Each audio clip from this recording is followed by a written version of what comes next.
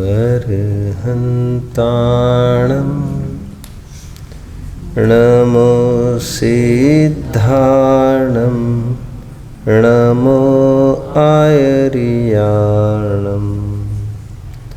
नमो वज्झायाणं नमो लोये सवसाहुनम्।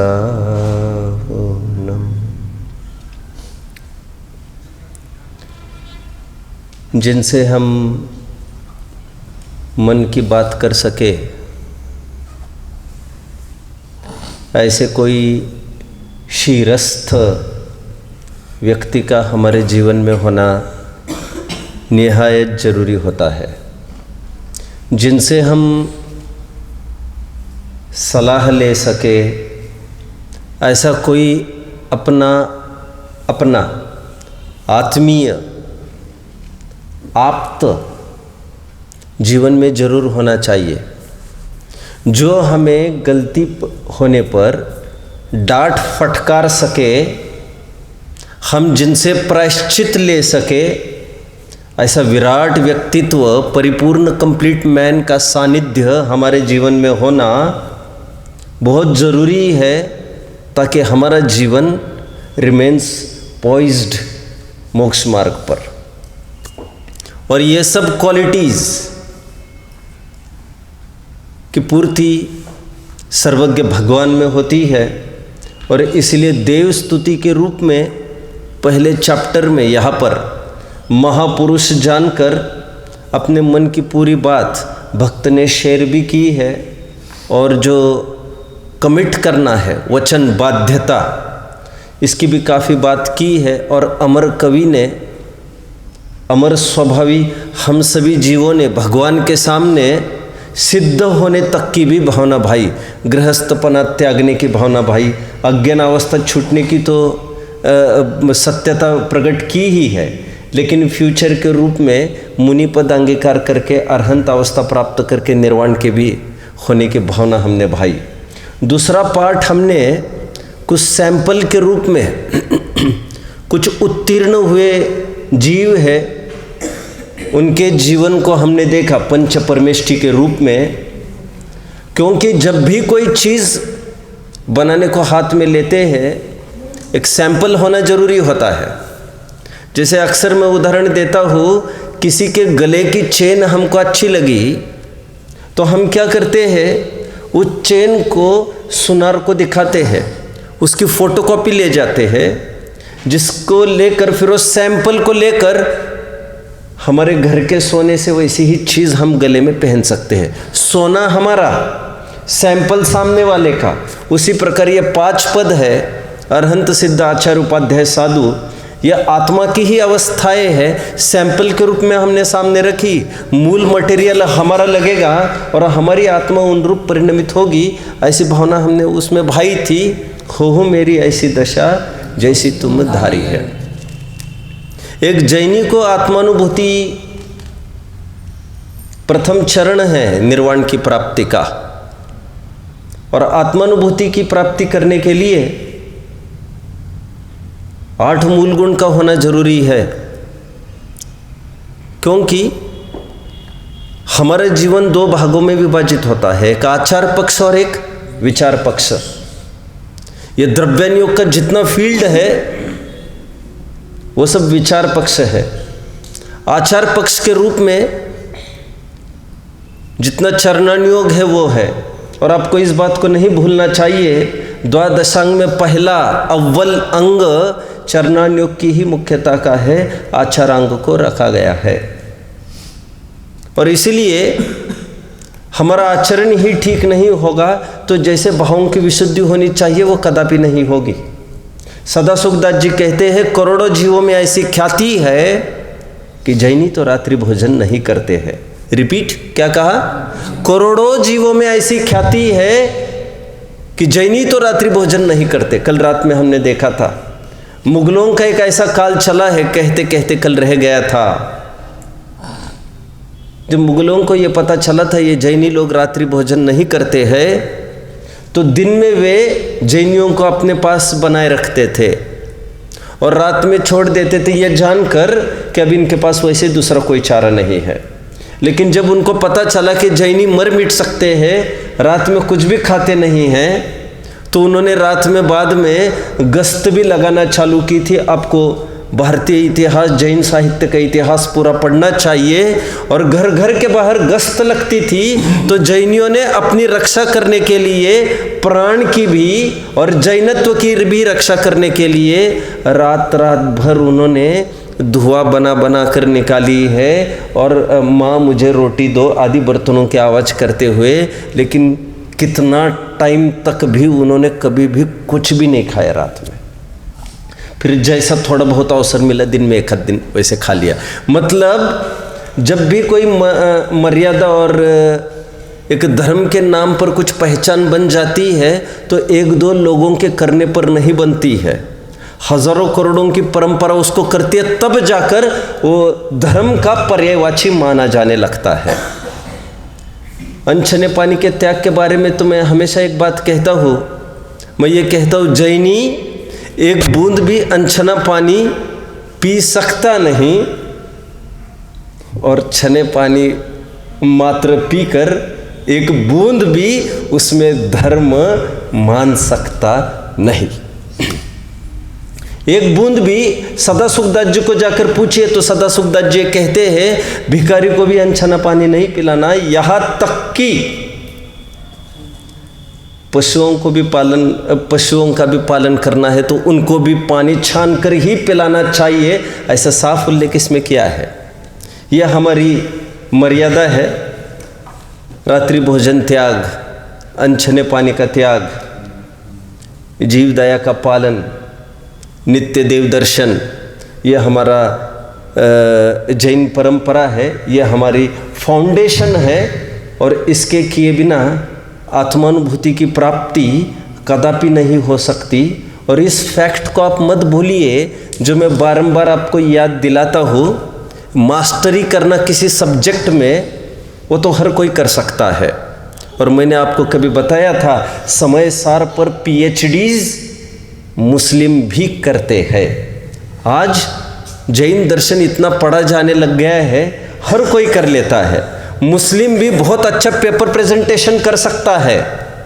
अभी 50 साल पहले ही एक ब्राह्मण ने समय सार की अद्भुत टीका लिखी थी, अभी नाम रिकॉल हो रहा है, दामोदर जी, पंडित दामोदर जी, और बेहतरीन टीका लिखी गई थी वो, मतलब टक्कर की। मतलब प्रेजेंटेशन पढ़ना पढ़ाना एक अलग सब्जेक्ट है और हमारे जीवन में ढलना अलग बात है। स्मारक में एक विद्वान, मैं हमेशा कहता हूँ, स्मारक में एक मुस्लिम भाई आमंत्रित थे और उन्होंने एक गाथा पर प्रवचन किया, समय सार की 6वीं गाथा पर, एकदम मजबूत गाथा पर। एक मुस्लिम भाई ने, हमारे सभी विद्वान अवाक रह गए। और द मोमेंट उनको नीचे उतरने की बारी आई, किसी ने उनको पूछा, उन्होंने कहा नहीं, इस्लामिक धर्म ही सच्चा धर्म है। तो पढ़ना पढ़ना अलग बात है और हमारे जीवन में ढलना अलग बात है। सच्ची आत्मानुभूति को यदि प्राप्त करना हो तो ये जो उपरोक्त 8 मूल गुण है जिनकी कल चर्चा की है, उनको किसी भी कीमत पर, एट एनी कॉस्ट, उसका पालन होना जरूरी है। चौथा और एकदम महत्वपूर्ण और एकदम आध्यात्मिक पाठ की तरफ हम बढ़ते हैं। जितना महत्वपूर्ण है उतना आध्यात्मिक है। ये अनअवॉइडेबल कड़ी है आत्मानुभूति की। क्या कहा मैंने? ये इसका कोई विकल्प नहीं, इसको स्किप नहीं कर सकता कोई। ये इतना महत्वपूर्ण टॉपिक है, इंद्रिय नाम का टॉपिक है ये। और ये टॉपिक कैसे बीच में आ गए थोड़ा सा मैं बताऊँ, क्योंकि जैसे जैनेतरों में वाह गुरु की फतह ऐसा ग्रीट करते हैं सिखों में, आप जानते हैं, जय जय गोपाल, जय भीम, ऐसे जो ग्रीट करते हैं आपस में, जय राम कृष्ण आदि आदि आदि। उसी प्रकार सदियों से यह परंपरा चलती आ रही है कि एक जैन भाई जब दूसरे जैनी भाई से मिलता है, दे ग्रीट ईच अदर विथ जय जिनेंद्र। तो स्वाभाविक रूप से एक प्रश्न उत्पन्न होता है, जय जिनेंद्र, ये जिनेंद्र क्या है? भगवान को जिनेंद्र कहते हैं तो जिनेंद्र मतलब क्या? जिन्होंने इंद्रियों को जीता है, हैं? इंद्रियों को जीतना, ये इंद्रिय क्या चीज़ है? ये नॉर्मली किसी को भी कम उम्र में लग सकता है इंद्रिय क्या चीज़ है जो हम दिन में 10-20 दफ़े प्रोनाउंस करते हैं जय जिनेंद्र के नाम पर। इसलिए यह पाठ की सृष्टि हुई है। क्या है इंद्रिय? आइए हम थोड़ा सा देखते हैं। थोड़े टाइम पहले एक गाथा देखी थी, उस गाथा को मैं फिर से याद दिलाता हूँ। गोमटसर जीव कांड की वो गाथा थी। मुझे बड़े शास्त्रों के नाम नहीं लेने थे क्योंकि सरलता से पुटअप करना है मुझे। अहमिंदा जह देवा अविशेषम अहम अहम तिमन्नंता ईसंति एकमेकम इंदा जह इंद्रिये जान। इंद्रिय मार्गणा का प्रकरण चल रहा है। शायद 167वीं गाथा है गोमटसर जीव कांड की। इंद्रिय मार्गणा की पहली ही गाथा इंट्रोड्यूस करा रहे हैं। और इंद्रिय की क्या परिभाषा इंट्रोड्यूस कराई उन्होंने? गाथा का भाव कोई बोल सकता है? अहमिंदा जह देवा। ऊपर की लाइन में ये कह रहे हैं जिस प्रकार अहमिंद्र होते ना, अहमिंद्र अविशेषम। अहमिंद्र एक 4 गतिया हमने सुबह देखा प्रज्ञा पार्ट 2 में। देव गति में भवन, व्यंतर, ज्योतिष, ये 3 हल्की कैटेगरी के देव होते हैं। ऊपर स्वर्ग माने गए हैं, स्वर्ग 16 स्वर्ग, और स्वर्ग के ऊपर भी और कुछ होता है। 16 स्वर्ग के ऊपर भी और विमान है। 9 ग्रेवियक, 9 अनुदिश, 5 अनुत्तर, इस प्रकार 23 विमान और है ऊपर। उन विमानों में रहने वालों को अहमिंद्र ऐसी संज्ञा है। समझ रहे हैं आप लोग? अहमिंद्र क्यों कहते हैं उनको? अहमिंदा जह देवा। और कौन से प्रकरण में कह रहे हैं? नेमिचंद सिद्धांत चक्रवर्ती कौन से प्रकरण में याद दिला रहे इस गाथा को? इंद्रियों का प्रकरण चल रहा है साहब। और आप हमको 3 लोक की वर्णन में ले गए। तो ये कहा जा रहा है कि जो अहमिंद्र है अविशेषम, क्या उनमें अविशेषता होती है, अर्थात समानता हुआ करती है। सीनियरिटी जूनियरिटी जैसे अभी तक हो रही थी स्वर्ग तक के देवों को, ऐसे ही ऊपर नहीं होती ग्रेवेक वगैरह को। तो अविशेषता अर्थात समान होती है, और इतनी समान कि अहम अहमति मन्नंता, वहाँ के हर एक अहम इंद्र मैं ही मैं हूँ ऐसा सब मानते हैं। अर्थात वे किसी के भी अधीन नहीं है। ये माना उनके अधीन कोई नहीं है, लेकिन वे किसी के अधीन नहीं है। मतलब की बात ये है, क्या कहा? उनके कोई अधीन नहीं है ये माना, लेकिन मतलब की बात यह है, काम निकलने की बात, वे किसी के अधीन नहीं है। उनके लिए शब्द का प्रयोग किया अहम इंद्र अविशेषम और अहम अहमति मंडनता। फिर नीचे एक लाइन लिख रहे हैं, ये तो अहम इंद्रों की चर्चा हुई। फिर नीचे क्या लिख रहे हैं? ईसंति एकमेकम। ऐसा हरेक जन ईशत्व को अंगीकार करता है, प्रभुता को अंगीकार करता है। इंदा जह इंद्रिय जान, जैसे ये इंद्र है वैसे इंद्रियों को जानना। ये इतनी मशक्कत की है उन्होंने। इंद्रिय शब्द बना है इंद्र शब्द से। गाथा का भाव सबको समझ में आया? जैसे एक देव दूसरे देव से बड़ा छोटा नहीं होता, अहम इंद्र में बराबर की पोस्ट का हुआ करता है। उसी प्रकार इंद्रिय उसे कहते हैं जो स्वाधीन हो, कोई किसी के अधीन नहीं हो। इसका अर्थ समझे कुछ? और थोड़ा आगे बढ़कर बताता हूं। इंद्र एक शब्द है, उसके 2 शाब्दिक अर्थ किए गए हैं। हमारे ग्रंथों में लौकिक व्याकरण में भी इंद्र का अर्थ किया गया है ईश्वर, प्रभुता संपन्न, जो किसी के अधीन नहीं हो। और इंद्र का दूसरा अर्थ किया गया है जो हम थोड़ी देर में देखेंगे। पहले इस पहले अर्थ का हम भाव समझते हैं। मतलब कान को सुनने के लिए नाक की आवश्यकता नहीं है, नाक को सूंघने के लिए स्पर्शनेंद्रिय की आवश्यकता नहीं है। ठंडा गर्म का ज्ञान करने के लिए स्पर्शनेंद्रिय को ना कान की आवश्यकता है, ना नाक की आवश्यकता है, ना ही जिह्वा की आवश्यकता है। मतलब प्रत्येक इंद्रिय अपना विषय को ग्रहण करने के लिए पूर्ण समर्थ है, दूसरे इंद्रियों की आवश्यकता लिए बगैर। इसीलिए इंद्र से बना शब्द इंद्रिय, ये अर्थ एक। अर्थ दो, इंद्र का दूसरा अर्थ होता है आत्मा, और इंद्रिय मतलब आत्मिक, आत्मा से संबंध रखने वाला, यह दूसरा अर्थ हो गया। और आत्मा से संबंध रखने वाला मतलब आत्मा के चिन्ह विशेष, दैट्स ऑल। आत्मा से संबंधित जो आत्मा का संबंध कराए, आप ऐसा भी कह सकते हैं। इंद्रिय शब्द के, इंद्र शब्द के हमने दो अर्थ बनाए, दो अर्थ किए, और उससे कैसे इंद्रिय शब्द बना है उसको हमने डिराइव किया। अब हम इंद्रिय की तीन परिभाषा जो ग्रंथों में आई हैं, हम थोड़ी सी उसकी चर्चा कर लेते हैं। इंद्रिय की पहली परिभाषा आई है ग्रंथों में हमारे, बहुत जबरदस्त परिभाषाएं आई है। एक तो ये आई है कि आत्मा के पहचान के चिन्ह को इंद्रिय कहते हैं, एक परिभाषा एक। अर्थात जैसे धुएं को देखकर अग्नि का ज्ञान होता है अनुमान से, उसी प्रकार इंद्रियों को देखकर हमको यह ज्ञान होता है कि अंदर में जीव है। अर्थ एक समझ में आ रहा है सबको? इसमें क्या अर्थ लिया?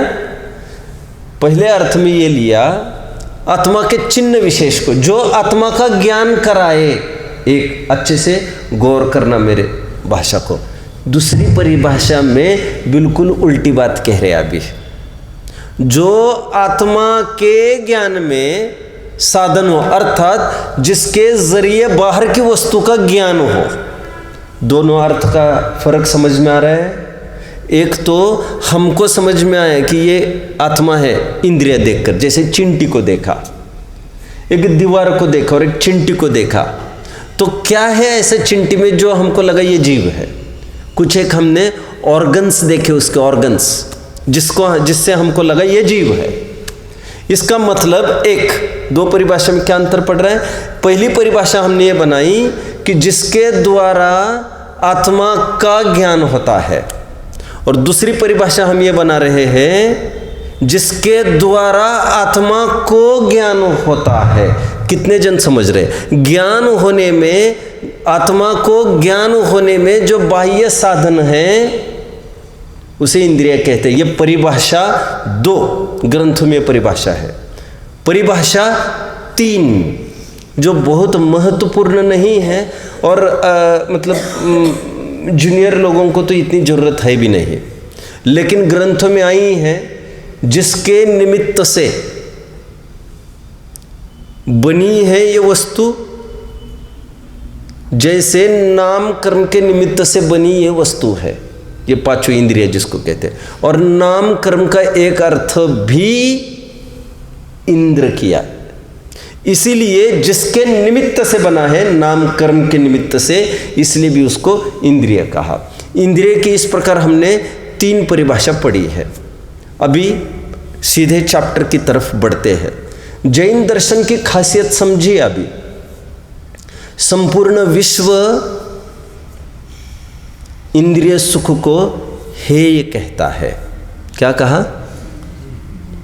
इवन जो आचार्य रजनीश हुए हैं ना, ओशो, अब जानते हैं रजनीश का नाम सुना है ना आपने? आचार्य रजनीश, अपने प्रसिद्ध स्टेटमेंट सुना होगा उनका, संभोग से समाधि की ओर। तो पढ़ने में भी बड़ा भद्दा लगता है, ये क्या बोल रहे हैं, क्या बोले आप? और धर्म के बड़े बड़े मठ स्थापित हुए हैं उनके, संभोग से समाधि की ओर। तो मैं कभी कभी ये कहता हूं, साधन जो भी कुछ कहा होगा, भोले आदमी ने साधन जो भी कुछ कहा होगा, लेकिन साध्य में तो तफावत नहीं है उनके। साध्य क्या है उनका? समाधि।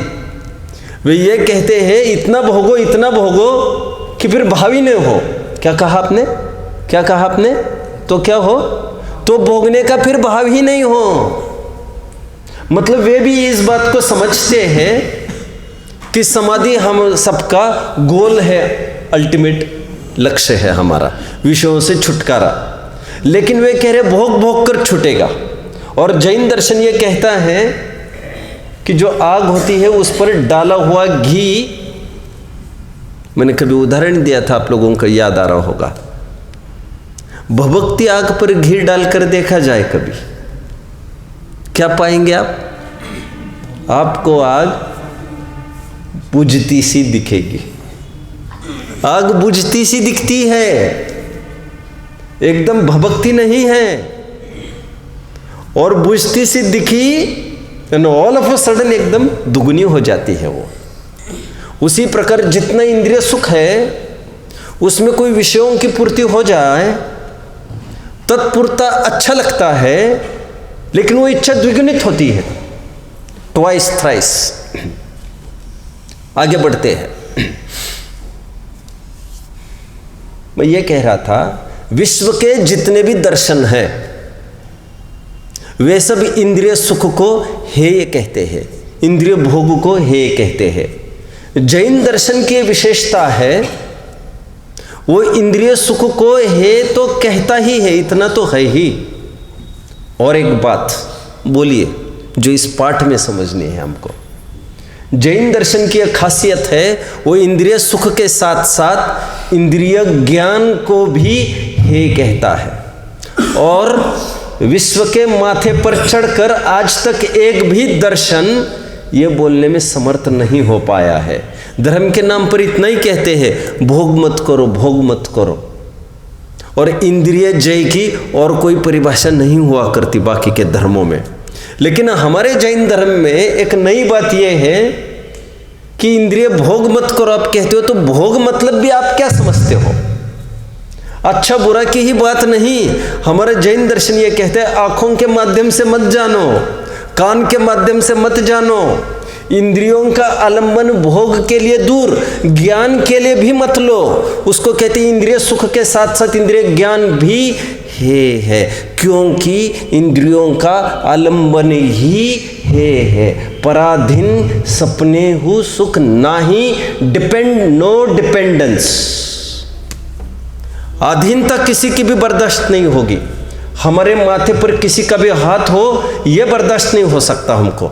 ज्ञान पूंजी हमारी सामर्थ्य, और उसके लिए हम कोई पौद्गलिक वस्तु का सहारा ले, यह हरगिज बर्दाश्त नहीं है। इसलिए इस पाठ का मूल केंद्र बिंदु इंद्रिय ज्ञान को भी हेय दिखाना है। यहाँ पर यह चैप्टर कॉन्वर्सेशन के रूप में रखा गया है। एक नॉर्मली लोगों को ये लगता है इंद्रिया तो बड़ी उपकारी है, तो कह रहे काय के लिए उपकारी? ये तो हाँ माना भोगों में उलझाती है, ये भोगों में उलझाती है। भोगों में उलझाती है माना, लेकिन ज्ञान भी तो कितना सारा कराती है। आज आपके पास आंखें नहीं होती, आप देव दर्शन नहीं कर सकते होते। आपके पास कान नहीं होते, तब धर्मोपदेश श्रवण नहीं करते होते। आपके पास और भी स्पर्शन इंद्रियां नहीं होती, तो आप स्पर्श करके ये नहीं पहचान सकते होते ये फल भक्ष्य है क्या भक्ष्य है। एनीवे, मुझे तो ये कहना, आप कैसी बात करते हो, इंद्रियों का आलम्बन नहीं लेना। यहाँ पर यह कहा जा रहा है कि हाँ, जीव का स्वरूप ही ज्ञानानंदमयी है, जानना जीव का स्वरूप है। अपना काम करने के लिए उसको बाह्य द्रव्यों की क्या आवश्यकता। लेकिन ऐसा होने पर भी कुछ एक विशिष्ट बात है। ऐसा होने पर भी जब भी ज्ञान बाह्य वस्तुओं का होता है, क्या कहा मैंने? जब भी जीव बाह्य वस्तुओं को जानता, बाह्य मतलब यहाँ पर रूपी वस्तुओं को जानता है, तो रूपी वस्तु को जानने के लिए जानता तो अपने ही ज्ञान से है, लेकिन उसमें इंद्रिया निमित्त होती है, उसी को कहते हैं इंद्रिय ज्ञान। और एक बात, इंद्रिय ज्ञान और अतीन्द्रिय ज्ञान, ऐसे परमार्थ से दो प्रकार के ज्ञान नहीं हुआ करते। क्यों जी ऐसा होता है? हम किसी के घर गए, किसी ने हमको पूछा, पंडित जी आप पानी लेंगे? एक उदाहरण की बात है, किसी पंडित की बात होगी किसी के यहाँ गए, सब पानी लेंगे, तो उन्होंने कहा मैं मटके का पानी लूँगा। बोले अब मटके का पानी लेंगे कि फ्रीज का पानी लेंगे? पूछा। क्या पूछा? मटके का पानी लेना चाहेंगे कि फ्रीज का पानी लेना चाहेंगे? तो सोचते रह गए, जो मेहमान विद्वान आए वो सोचते रह गए, सब क्या बोल रहे हैं आप, मटके का पानी और फ्रीज का पानी? हमने आज तो कुएं का पानी सुना था, नदी का पानी सुना था, क्या बोल रहे हैं? आपके कुएं में आपके घड़े में से पानी आता है? पानी है काय का? पानी सॉरी पानी तो मूल में कुएं का ही है पंडित जी, लेकिन वो घड़े के माध्यम से आप तक आएगा, देयरफॉर उसको कहते घड़े का पानी। ठीक उसी प्रकार इंद्रिय ज्ञान और अतीन्द्रिय ज्ञान, ऐसे दो प्रकार के ज्ञान नहीं हुआ करते। फ्रीज का पानी हुआ नहीं करता, मूल पानी तो है कुएं का ही, उसी प्रकार ज्ञान तो है आत्मा का ही, अतीन्द्रिय ही होता है ज्ञान। लेकिन वह ज्ञान यदि बाहर आते समय उसमें कोई मीडियम है, बाहर में कोई साधन है इंद्रियों का, तो उस अतीन्द्रिय ज्ञान को बाह्य इंद्रियों के निमित्त होने से उसी ज्ञान को कहते हैं, बोलिए, इंद्रिय ज्ञान। और जब तत्व और सूत्र वगैरह में है ये बातें, और जब ज्ञान होते समय इंद्रिय और मन की आवश्यकता नहीं होती, तो उसी ज्ञान को कहा जाता है फिर अतीन्द्रिय ज्ञान। अतीन्द्रिय ज्ञान तो दोनों है, लेकिन इसको कोई बाहर में साधन भी नहीं है, तो अवधि ज्ञान, मनपर्य ज्ञान और केवल ज्ञान को इसलिए प्रत्यक्ष ज्ञान कहा है। समझ रहे? इसको इंद्रिय ज्ञान नहीं कहा गया है। लेकिन समझने की अभी बात यह है, हमारे पास अवधि, मनपर्य और केवल ज्ञान तो है नहीं, हमारे पास अभी दो ज्ञान है। मति श्रुत ज्ञान हमारे पास है, और मति ज्ञान इंद्रियों के माध्यम से प्रवर्तता है। क्या कहा?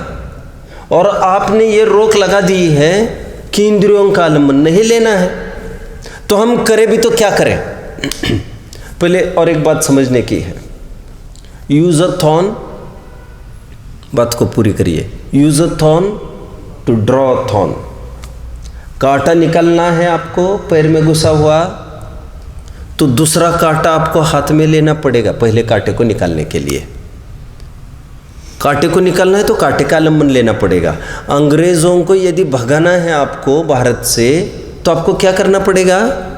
अंग्रेज़ों की ही जो कुछ शोध खोजे हैं, पोस्ट अंग्रेज़ों ने चालू किया, आज बंद पड़ गया है ट्रेन्स अंग्रेज़ों ने चालू कराई, बहुत सारी चीज़ें जो उन्होंने चालू कराई है, ये कम्युनिकेशन के लिए अच्छा साधन है। यदि तुम अड़कर बैठ जाओगे, हम तो बहिष्कार ही करने के लिए हैं अंग्रेज़ों का, हम तो ट्रेन में भी नहीं बैठेंगे। बाबा तुम अभी ट्रेन में जाओ तो समय पर वहाँ पर मीटिंग हो सकेगी, क्योंकि मीटिंग है आंदोलन की, क्विट इंडिया मूवमेंट की मीटिंग है। तो अंग्रेज़ों को भगाने के लिए थोड़ा अंग्रेज़ों का सहारा लेना पड़ेगा। इंद्रिय ज्ञान का अभाव करना है हमको, उसी के लिए ये जो अभी तत्व चर्चा हम सुन रहे हैं, देव दर्शन कर रहे हैं, यद्यपि इंद्रियों का आलम्बन तो ले रहे हैं उसमें, लेकिन ये सब आलम्बन क्यों लिया जा रहा है? अतीन्द्रिय होने के लिए।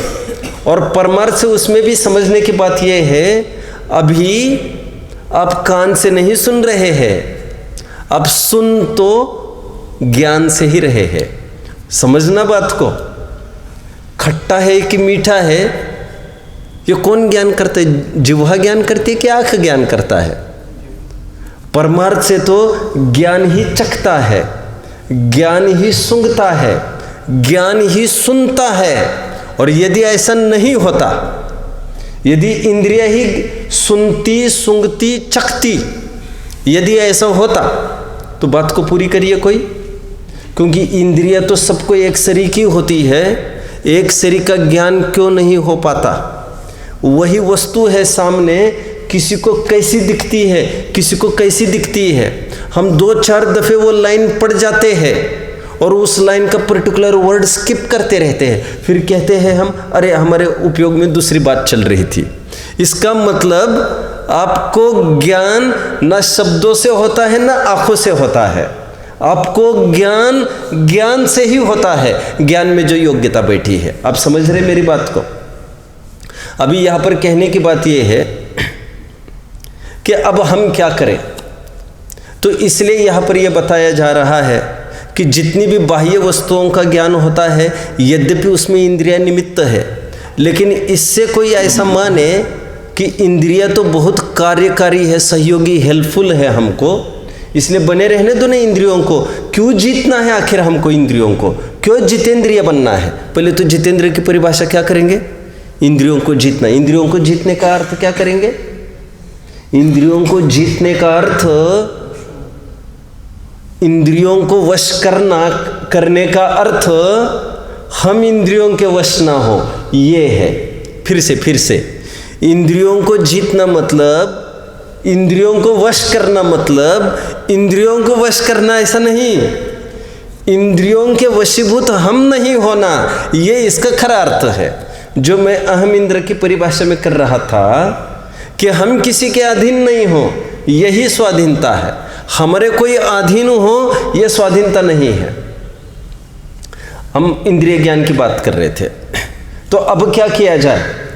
हमको जितना इंद्रियों से जितना भी ज्ञान होता है वो सब पौद्गलिक वस्तुओं का ही होता है, और पौद्गलिक वस्तुओं को जानने से जीव का कल्याण नहीं होता। जीव का कल्याण होना है वो जीव को जानने से। आत्मज्ञान ही ज्ञान है, शेष सभी अज्ञान विश्व शांति का मूल है। वितराग विज्ञान किसको जानना है? पांचवी गाथा की उत्थानिका समय सार। वो कौन वस्तु है जिसको मुझे जानना चाहिए? वो शुद्धात्मा कौन है जिसे मुझे जानना चाहिए? किसको जानने के लिए पूरी जनवाणी लिखी गई है? शुद्धात्मा को, आत्मा को जानने के लिए। इसलिए यहाँ पर यह बताया जा रहा है इंद्रियों के माध्यम से ज्ञान होता है, इंद्रियों के माध्यम से भोग होता है। ये तो हमारा 100% घाटा दिख रहा है इसमें। लेकिन इंद्रियों के माध्यम से जो ज्ञान होता है उसमें जो लाभ दिख रहा है ना तुमको, वो लाभ भी लाभ इसीलिए नहीं है क्योंकि इंद्रियों के माध्यम से जितना ज्ञान होता है, इंद्रियां हमको बाहर डाइवर्ट कराती है, वो बाह्य वस्तुओं का ज्ञान कराती है, रूपी वस्तुओं का, और वो तो बाधक है हमको। हमको ज्ञान आत्मा का करना है, और आत्मा का ज्ञान करने के लिए इंद्रिय साधन अनुपयुक्त होगा, क्योंकि अतीन्द्रिय वस्तु को जानना है तो अतीन्द्रिय ही साधन होना जरूरी है। इसके लिए ये मैं बताता हूँ, जैसे चप्पल पहनी। क्यों पहनी आपने चप्पल? क्यों पहनी आपने चप्पल? बाहर जाने के लिए। लेकिन बाहर जाते तभी तो चप्पल पहनते हैं, और जब घर में प्रवेश करते हैं आप, तब क्या करते हैं? चप्पल तो उतार देते हैं। आज की बात नहीं कर रहा हूं मैं जमाने की, मैं तो ये कह रहा हूं जैसे ही आप घर पर आए तो वो चप्पल बाहर उतार दिया आपने। फिर किसने कहा chappals were meant to wear them? तुमने तो पहनने के लिए ली है चप्पल, तो पहनो। पहनने के लिए ली तो है, लेकिन बाहर पहनने के लिए ली है, अंदर क्या जरूरत? अर्थ समझ में आ रहा है? अभी सिद्धांत में घटित करेंगे। इंद्रियों की आवश्यकता आत्मा को है जानने के लिए। ये भी केवल मति ज्ञान की मैं बात कर रहा हूँ, बाकी ज्ञान को आवश्यकता नहीं होती। लेकिन इंद्रियों की आवश्यकता है जीव को जानने के लिए, वो भी बाह्य वस्तुओं को। जब अपनी आत्मिक वस्तु जाननी है तब इंद्रियों की आवश्यकता नहीं लगती। समझ में आया? इसलिए इंद्रिय ज्ञान को तुच्छ ज्ञान कहा गया है। इसमें प्रश्न बाद में पूछा गया है, इंद्रिय ज्ञान तुच्छ ज्ञान क्यों है? तो क्यों है इंद्रिय ज्ञान तुच्छ? क्योंकि इंद्रिय ज्ञान से जितना भी जानने में आता है सब रूपी वस्तुएं जानने में आती है, और आत्मा का कल्याण आत्मा को जानने से होगा। रूपी वस्तु को तो आज तक वैसे ही जानते आए हैं। इसलिए तो आचार्य देव ने प्रेरणा दी है, जहाँ पर पीठ है वहाँ पर मुख करो, और जहाँ पर मुख है उस तरफ पीठ करो, जहाँ पर दृष्टि है वहाँ पर पीठ करो, जहाँ दिट्ठा है वहाँ पिट्ठा करना है, और जहाँ पिट्ठा है वहाँ दिट्ठा करना है, घूमना है, गुलाट खाजा जिसको कहते हैं। यहाँ पर समझने का ये है कि बाहर के पदार्थों को जानने के लिए इंद्रियों की आवश्यकता पड़ती है, लेकिन बाहर की वस्तुओं को जानने से आत्मा का कल्याण नहीं होता, और आत्मा को जानने की जरूरत है स्वयं आत्मा को, और स्वयं आत्मा को जानने के लिए बाह्य साधन की आवश्यकता नहीं हुआ करती। ठीक उसी प्रकार, जिस प्रकार बोलिए घर में आते समय चप्पल पहनने की आवश्यकता नहीं हुआ करती, इसलिए अतीन्द्रिय ज्ञान को, इसलिए इंद्रियों को जीतने का यहाँ पर पूरा उपदेश दिया गया है। अब समझे बात को, इंद्रियों को जीतना इसलिए है, जितेंद्रिय होने का तात्पर्य आत्मिक ज्ञान करने का है, क्योंकि जब बाहर का इंद्रियों का विराम होगा, क्योंकि उपयोग ड्रेन हो रहा है। ड्रेन कुछ समझ में आता है आपको? ड्रेन मतलब जैसे होता है ना, जैसे अभी ये रोग फैलाव चल रहा है तो जगह जगह ब्लॉक किया जाएगा सब कुछ, कर्फ्यू लगा दो, नाकाबंदी कर लो, तो चेक पोस्ट सब ब्लॉक करने से क्या होगा? आदमी बाहर नहीं निकल सकेगा अपने में ही सीमित रहेगा। ये ड्रेन्स है 5, क्या ये ड्रेन? ड्रेन मतलब बाहर निकलने का एक जरिया है। और जब इंद्रियों का आलम्बन नहीं होगा, और ये मत समझिए आप कान नाक आंख बंद करके आपका काम हो जाएगा, क्योंकि एक बहुत बड़ा ड्रेन अंदर में बैठा है। वो ड्रेन कौन सा है? मन तो बैठा ही है, सिक्स्थ सेंस, वो दुनिया की सैर करके आता है। ब्रेन ड्रेन जानते हैं आप? मैंने कभी कहा था आपको, व्हाट इज ब्रेन ड्रेन? नहीं जानते? ब्रेन ड्रेन आप लोगों को जानना चाहिए। आप लोगों का पढ़ते नहीं आप, कुछ भी नहीं पढ़ते हैं। 10वीं तक के विद्यार्थियों को जानना चाहिए। आज जो भारत में जितने भी पढ़ लिख कर अच्छा एजुकेशन किया है, जिन्होंने CA किया होगा, IIT किया होगा, जो भी कुछ किया होगा, डॉक्टर्स हुए होंगे, अभी उनको 10 गुना पे दे रही है बाहर की कंट्रीज। 10 गुना पे दे रही है बाहर की कंट्रीज। और आज टॉप पोस्ट्स पर, US में भी टॉप पोस्ट्स पर इंडिया के लोग हैं सब। तो यहाँ के लोग भागने को देख रहे हैं वहाँ पर। तो गवर्नमेंट ये कह रही है, हमने तुम्हें यहाँ पर 25-30 साल तक कंसेशंस दिए, सब्सिडीज दी, स्कॉलरशिप्स दी, जो मन बना सब दे दिया, और अभी तुम पढ़ लिख लिए, अभी हमें तुम्हारी आवश्यकता और तुम वहाँ पर भाग रहे हैं। दिस इज, बोलिए, दिस इज ब्रेन ड्रेन। इसको ब्रेन ड्रेन कहते हैं, और गवर्नमेंट उसको रोक रही है। ब्रेन ड्रेन मतलब हमारी बुद्धि ड्रेन न हो, बाहर ना चली जाए। हमारी बुद्धि की आवश्यकता हमको है आज, ठीक है ना? मैंने कभी आपको बताया होगा, ये जितने भी ऐप्स कंप्यूटर पर है, ये ऐप्स चलाने वाले मूलतः माइक्रोसॉफ्ट वगैरह से, एडोब वगैरह जितने भी है, ये इसके सब कर्ता सब इंडियंस है आज जो भारत में, इन्फोसिस वगैरह जो बाहर जाकर बैठे हैं। ठीक उसी प्रकार यहाँ पर आध्यात्मिक परिवेश में ये कह रहे हैं, आत्मा की जरूरत अभी आत्मा को है सबसे ज़्यादा। इसलिए जो उपयोग बाहर भटक रहा है उसको इंद्रियों के माध्यम से ही भटकता है। किसके माध्यम से? इंद्रियों के।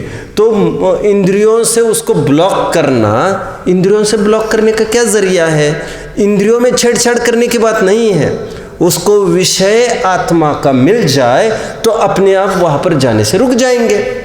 बच्चे के हाथ में चाकू है और हम जानते हैं जहर है, मान के चलिए चाकू है, हम जानते हैं, यदि हम उसको ये कहेंगे चाकू दे दो भैया, तो देने वाला बिल्कुल नहीं है। और हम छीना झपटी करेंगे तो क्या होगा? वो तो और बच्चा है, वो और जोर से कसेगा उसको, और जो नहीं होना है वही हो बैठेगा। तो उपाय क्या हो सकता है इसके लिए? दूसरी कोई सुंदर आकर्षक चीज, चाकू से भी आकर्षक चीज रखी जाए तो चाकू छोड़ो ये कहना नहीं पड़ेगा, क्योंकि बाहर की वो दूसरी वस्तु पकड़ना यही चाकू को छोड़ना है। इंद्रियों को छोड़ना मतलब क्या? इंद्रियों को छोड़ना मतलब एक अतीन्द्रिय अमूर्तिक वस्तु जो ज्ञान का स्रोत है, जिसमें से जानन जानन हमारा बन रहा है, उसका परिचय भर करा दिया, तो परिचय कराते वो उसका ज्ञान करने लग गया, तो इंद्रियों का व्यापार वैसे ही रुक जाएगा, बाह्य वस्तुओं का ज्ञान नहीं होगा और वही उसकी आत्मानुभूति का काल होगा। इसलिए इस इंद्रिय पाठ का तात्पर्य आपको 5 इंद्रियों का ज्ञान कराना नहीं है। आप समझ रहे मेरी बात को? हालांकि इसका भी ज्ञान होना तो जरूरी ही है वैसे आगम के पक्ष में। कैसे? थोड़ा समझिए बात को। अभी हमें मोक्ष मार्ग प्रकाशक में पढ़ना है, वो तो ऊंचा विषय चलेगा, यहाँ पर तो सिंपल टोन में मुझे देना है। जैनेतरों ने इंद्रिय की परिभाषा में ये इंद्रिय की परिभाषा दी है कि जिसके माध्यम से ज्ञान हो एक, और जिसके माध्यम से भोग हो, काम हो। इवन उन्होंने जननेन्द्रिय उस ऑर्गन को भी वे इंद्रिय कहते हैं। क्या कहा, समझ में आ रहा है आपको? जननेन्द्रिय आप नहीं समझ रहे। लिंग को भी, पुरुष के लिंग को भी वे एक इंद्रिय मानते हैं। अभी काफ़ी सारी बातें हम देखेंगे ही मोक्ष मार्ग प्रकाशक में। मतलब उन्होंने इंद्रियों को ज्ञान का ही साधन नहीं माना है। जैसे उनको ये कहना है ये पेपर सुटाकर मुझे यहाँ से यहाँ रखने हैं, तो जो साधन है दैट इज ऑल्सो इंद्रिय। वे हाथ को भी इंद्रिय कहते हैं। आज एक प्रश्न आया, वैसे ये प्रश्न 3-4 महीने पहले एक भूतपूर्व मंगलार्थी का आया था, बहुत अच्छा विद्यार्थी रहा है, तो वो दिसंबर में यहाँ पर आया था। तो उसने एक प्रश्न पूछा मुझे, आज भी एक प्रश्न आया, बहुत बड़े विद्वान का था वो भी, कि मस्तिष्क के बारे में जैन दर्शन का क्या कहना है। मतलब जो आज विज्ञान ये कहता है कि जो हेड ऑफिस है आपका, मूल में जो हेड ऑफिस, तो सब फंक्शनिंग ज्ञान का पूरा एक, क्या कहना चाहिए आपको, एक जैसा आपका ये रूम होता है ना, एमसीबी का रूम, क्या कहते हैं उसको, जहाँ से पूरा सब कंडक्ट होता है सब आपका, पावर हाउस कह सकते हैं, पावर हाउस, जिसका थोड़ा सा भी कुछ कट हो जाए तो सब फ्यूज हो जाएगा धड़ाधड़ धड़ाधड़। और आप सब जानते हैं ना, सबसे ज़्यादा वेंस जितनी बॉडी में नहीं है वो सब यहाँ पर यहाँ से चलती है। पूरे एक वो न्यूरोलॉजिस्ट का काम सबसे टिपिकल और डिफ़िकल्ट हुआ करता है। यहाँ से हजारों लाखों नसें चलती है, यहाँ से एकदम पतली पतली, ये कहाँ से जा रहे, और थोड़ी सी भी यहाँ वहाँ हो गई अब कंफ्यूज हो जाएगा, कट। तो उनका ये कहना है ज्ञान होने के लिए मस्तिष्क का क्या रोल है, ऐसा उनका सोचना है। तो मैंने ये उत्तर दिया, आप में से कोई उत्तर देगा इसका प्रॉपर? हमारे यहाँ ज्ञान होने में मस्तिष्क का कुछ भी रोल नहीं है। हमारे यहाँ बात एक, ज्ञान सर्वांग होता है। सर्वांग मतलब अंग, मतलब किसका? आत्मा का। आत्मा ज्ञान प्रमाण है, आदान प्रमाणम। क्या कहा मैंने? आग उष्णता प्रमाण है, उष्णता आग प्रमाण है। ठीक उसी प्रकार आत्मा ज्ञान प्रमाण है। पॉइंट 1 कि ज्ञान सर्वांग होता है, किसी पर्टिकुलर पार्ट में कन्फाइंड नहीं है ज्ञान हमारा, मस्तिष्क में।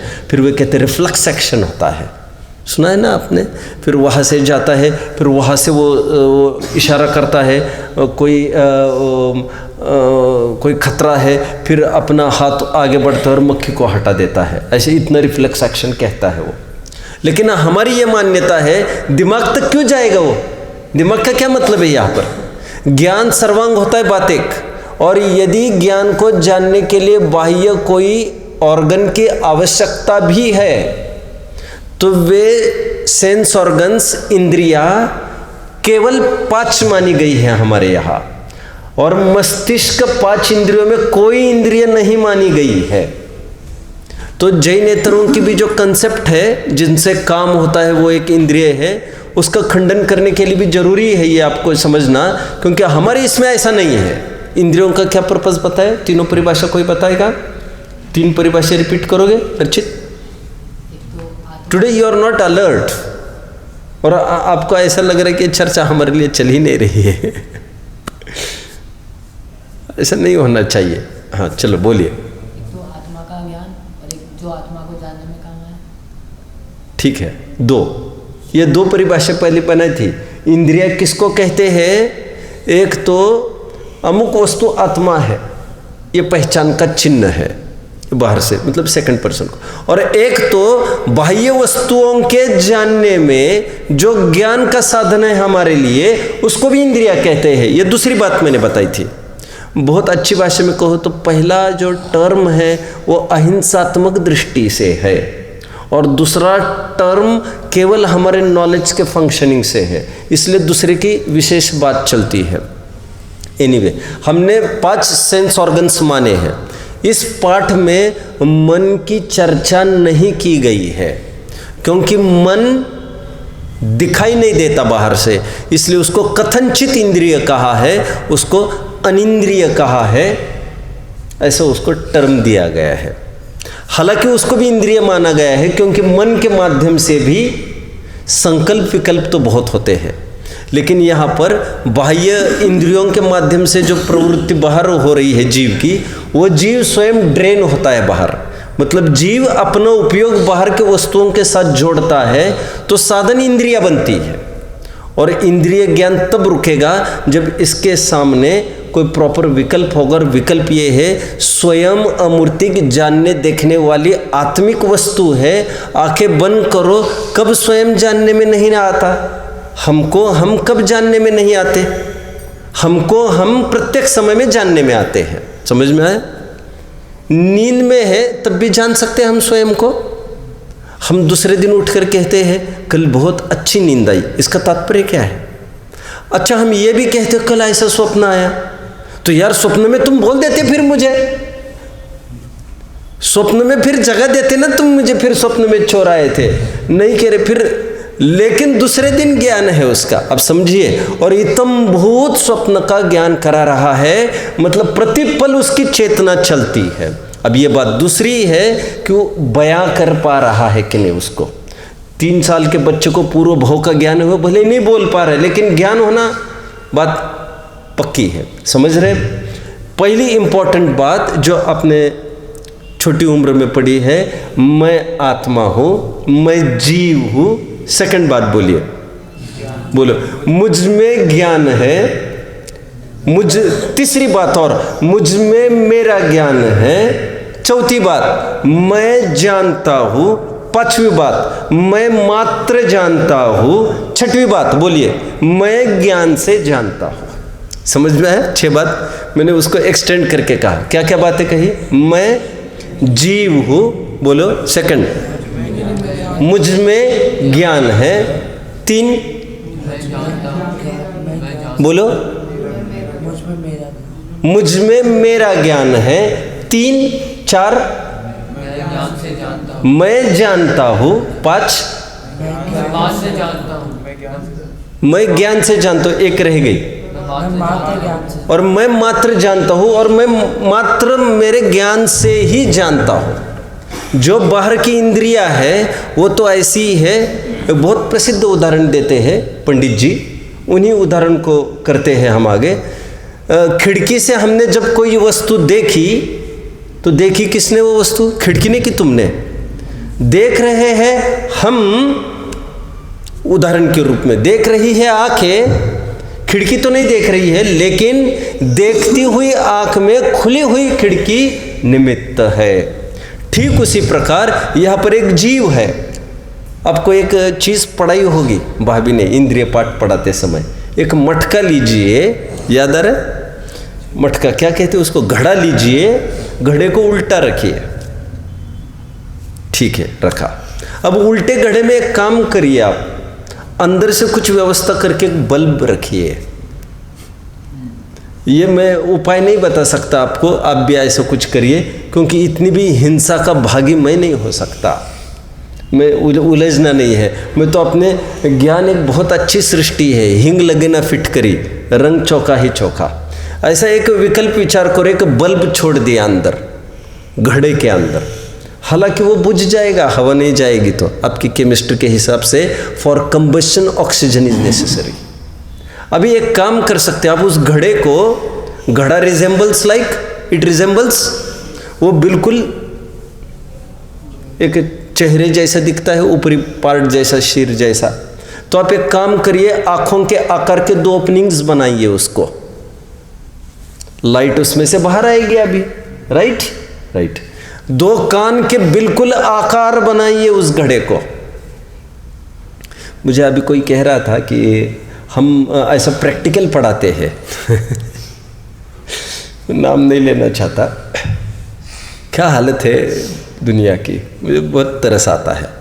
भेद विज्ञान इतना हम ठोक ठोक कर पढ़ाते कहते हैं, उसके लिए हम टूथपेस्ट के, हमने क्या करते हैं, हम पेपर पर टूथपेस्ट का चिपका देते हैं, फिर उस पर पाउडर चिपका देते हैं, एक जीव दिखा देते, का जीव दिखा देते, और ये करते हैं हम जीव अजीव। अरे जीव अजीव दिखाने के लिए आप इतनी हिंसा कर रहे हो, आपको टाइम पास कर रहे हो क्या? इतनी मेहनत करने के पीछे और इतने आडंबर हमारा काम करने के लिए नहीं, ये उपाय ही नहीं है। एनीवे, मैं तो ये कह रहा हूँ, घड़े को बिल्कुल 2 कान, 1 नाक, 2 नॉस्ट्रिल्स आप कहिए, 2 नाक कहिए, उसको 2 द्वार कहे ही है ना नाक के, 1 नाक, 2 कान, जिह्वा का भी आकार बाहर खोल कर रखिए, प्रकाश पूरा बाहर जा रहा है इसका, राइट। जितना अभी मेरा ये प्रश्न है, वो जो प्रकाश है वो प्रकाश किसका है?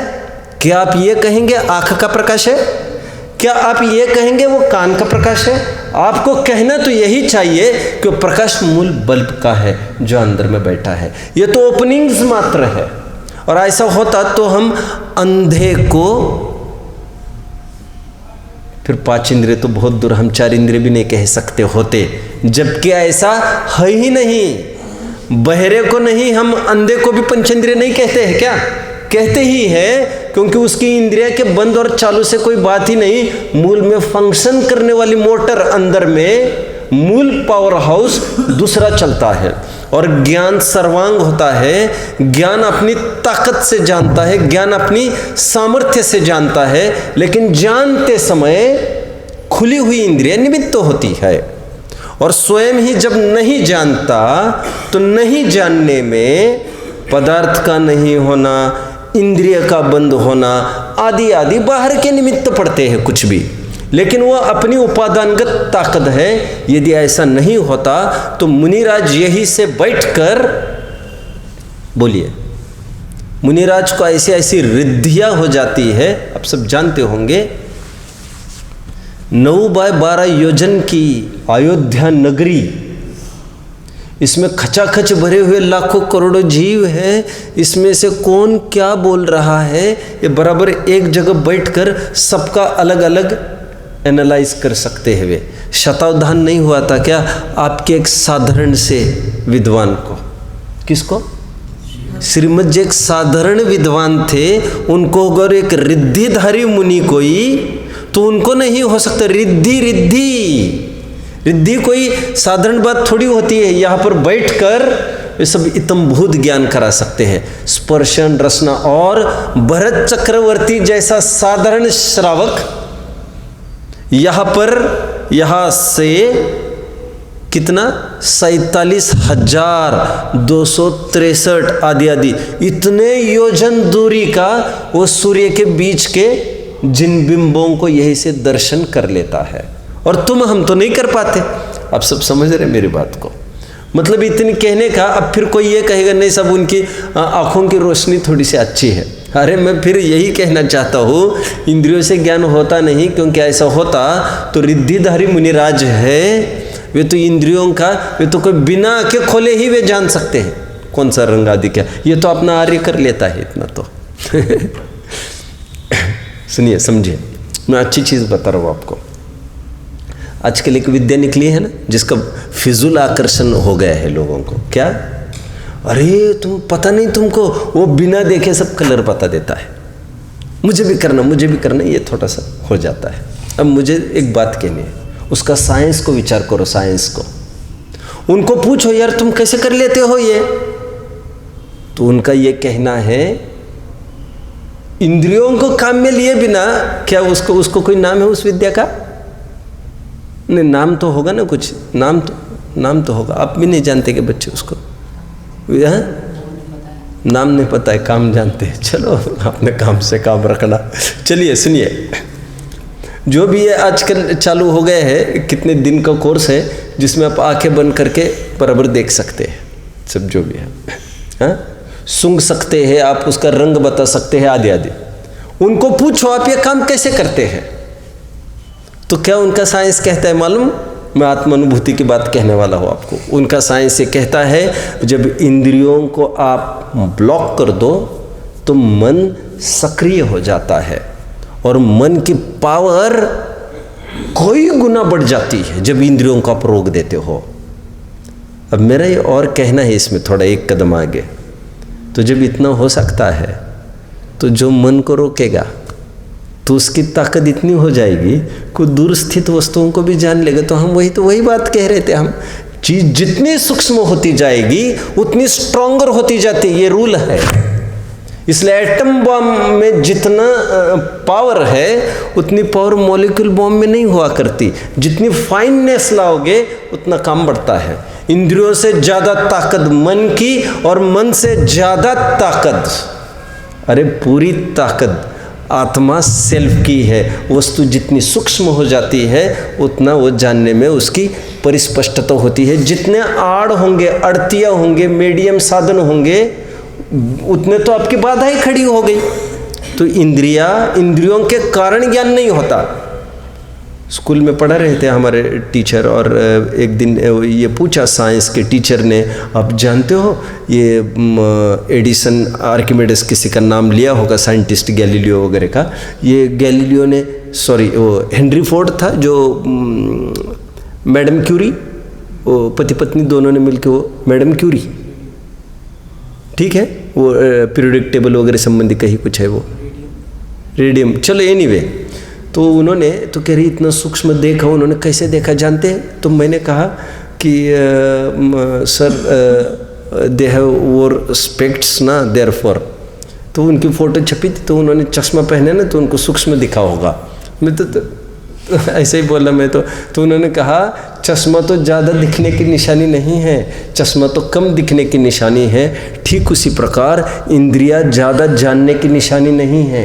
इंद्रियां इसकी निशानी है कि केवल ज्ञान रूप तुम्हारा साम्राज्य और तुमको इतने पर संतुष्ट होना पड़ रहा है। एक आँख से कितना जान सकता है? इतना विजन, कहा विश्व है और तू इतने विजन की बात कर रहा है, और पढ़ के दिखाओ वो भी तुम। ये तो तुम्हारे आँख का कमाल है। समझ में आ रहा है? मतलब हम इंद्रियों का प्रयोग करो तो दैट इज़ नथिंग। तो इंद्रिया पाठ हम 5 इंद्रियों को पढ़ने के लिए नहीं पढ़ी है, और विषय भी समझने लायक है। आँख के विषय कितने, एक बार हम इसका भी टेबल बनाए प्रॉपर, 5 इंद्रियों का, इंद्रिय उनके पदार्थ। स्पर्शनेंद्रिय के कितने विषय बताए? 8।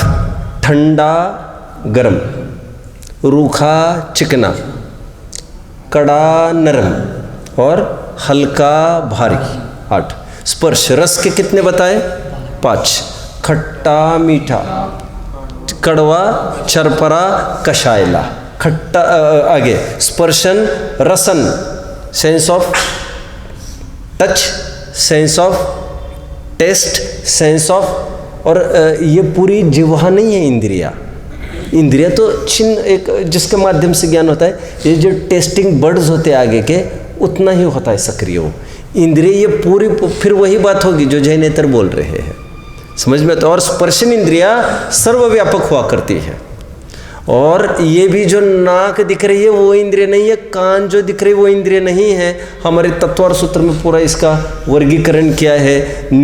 उपकरण किसको कहते हैं, निर्वृत्ति किसको कहते हैं, तो वो आपको समझना चाहिए। और मूल में फंक्शन पूरा भावेंद्रिय से होता है, न भाव, इसकी मन की कोई चर्चा ही नहीं की है उसमें। स्पर्शन रसन ग्रहण, ग्रहण के कितने? सुगंध और दुर्गंध। चक्षु के कितने विषय? काला, सफ़ेद, नीला, पीला, लाल। कोई हरा भी कहता है तो वो एक हटाना पड़ेगा। अपेक्षा समझ लेना, सदा सुखदास जी ने एक अपेक्षा की है, एक दौलत राम जी की है, उसमें बड़ी बात नहीं। और कर्णेंद्रिय के भी 7 विषय कहे हैं, जो सा रे ग म प द नी, ये जो हम स्वर बोलते हैं वे। वैसे मन का भी एक विषय बोला है, कुल 28 विषय बोले हैं। बोलो इंद्रिया पाठ हमने क्यों पढ़ी? कौन कौन सी इंद्रिया होती है और वे क्या क्या जानती है, ये जानने के लिए नहीं पढ़ी है। हमने जितेंद्रिय शब्द का अर्थ समझ रहे थे और इंद्रियों को दमन करने की कला इसमें सिखाई गई। और इंद्रियों को जीतने का तात्पर्य ऐसा अनुभव हो कि मैं स्वयं जानने वाली वस्तु हूँ और इंद्रियों के बिना ही जानता हूँ। और जब जानता हूँ तब बाहर में इंद्रिय निमित्त होते, वो भी बाह्य वस्तु को जानते समय। आत्मानुभूति के काल में तो इस इंद्रियों का भी कोई काम नहीं है। अतीन्द्रिय ज्ञान को अतीन्द्रिय करना, यही हमारा सबका लक्ष्य है। ओम नमः।